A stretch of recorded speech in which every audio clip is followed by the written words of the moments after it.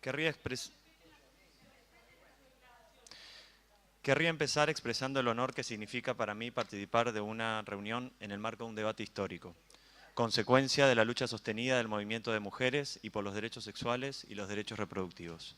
La postura que vengo a expresar parte de la despenalización de la interrupción voluntaria del embarazo y del derecho al acceso al aborto como práctica de salud pública, en la convicción de que la autonomía de decisión sobre el propio cuerpo gestante es un derecho humano inalienable.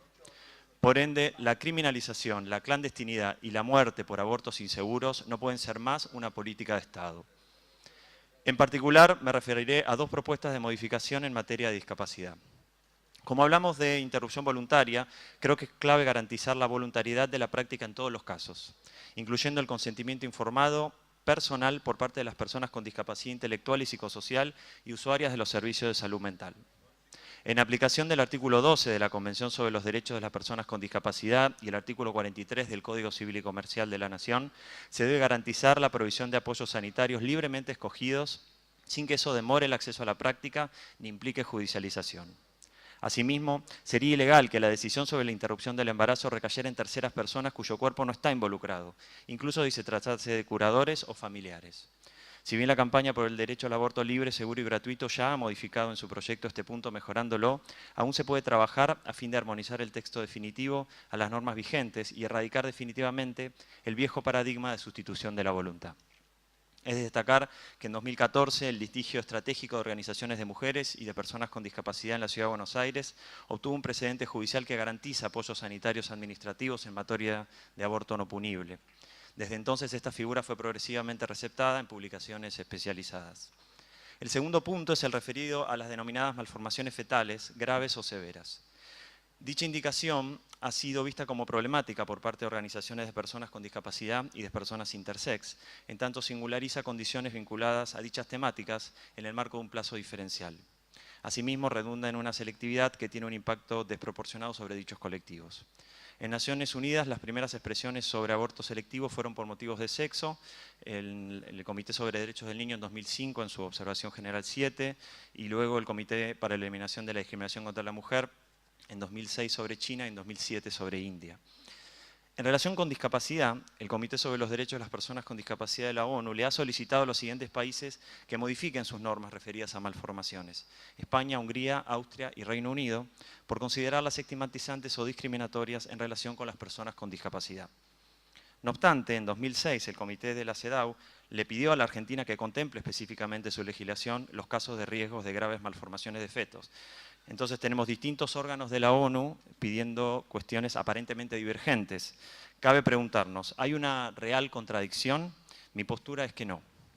El desafío es dictar una norma que no contenga regulaciones para el ejercicio del aborto de manera diferenciada por motivos de discapacidad, pero que tampoco limite la autonomía reproductiva, incluso ante la hipótesis de un diagnóstico prenatal.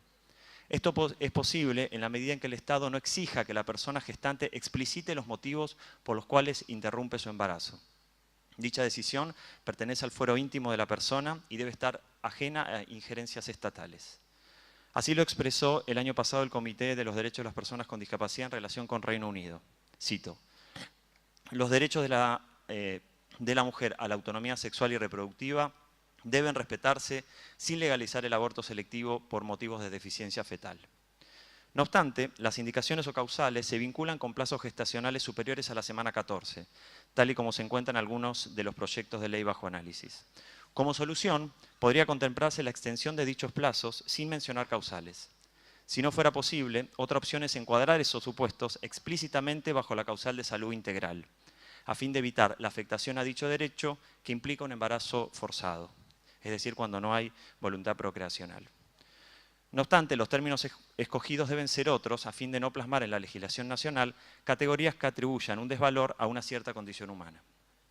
La experiencia indica que los derechos de las personas con discapacidad han sido instrumentalizados con fines espurios por parte de grupos contrarios al reconocimiento del derecho al aborto, a fin de tener una ley sólida del siglo XXI, que compatibilice armónicamente las perspectivas de género y discapacidad y que no sea cuestionada durante el debate o judicialmente, creo que es necesario considerar debidamente estos aspectos.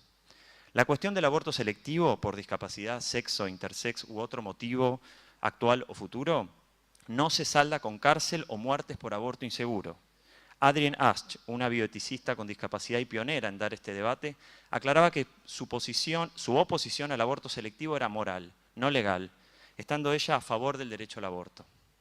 Cada persona gestante tiene el derecho de realizar su propio análisis y decidir, y dicho resultado puede no ser compartido por todas las personas, pero es deber de todos y todas garantizar el derecho a ejercerlo.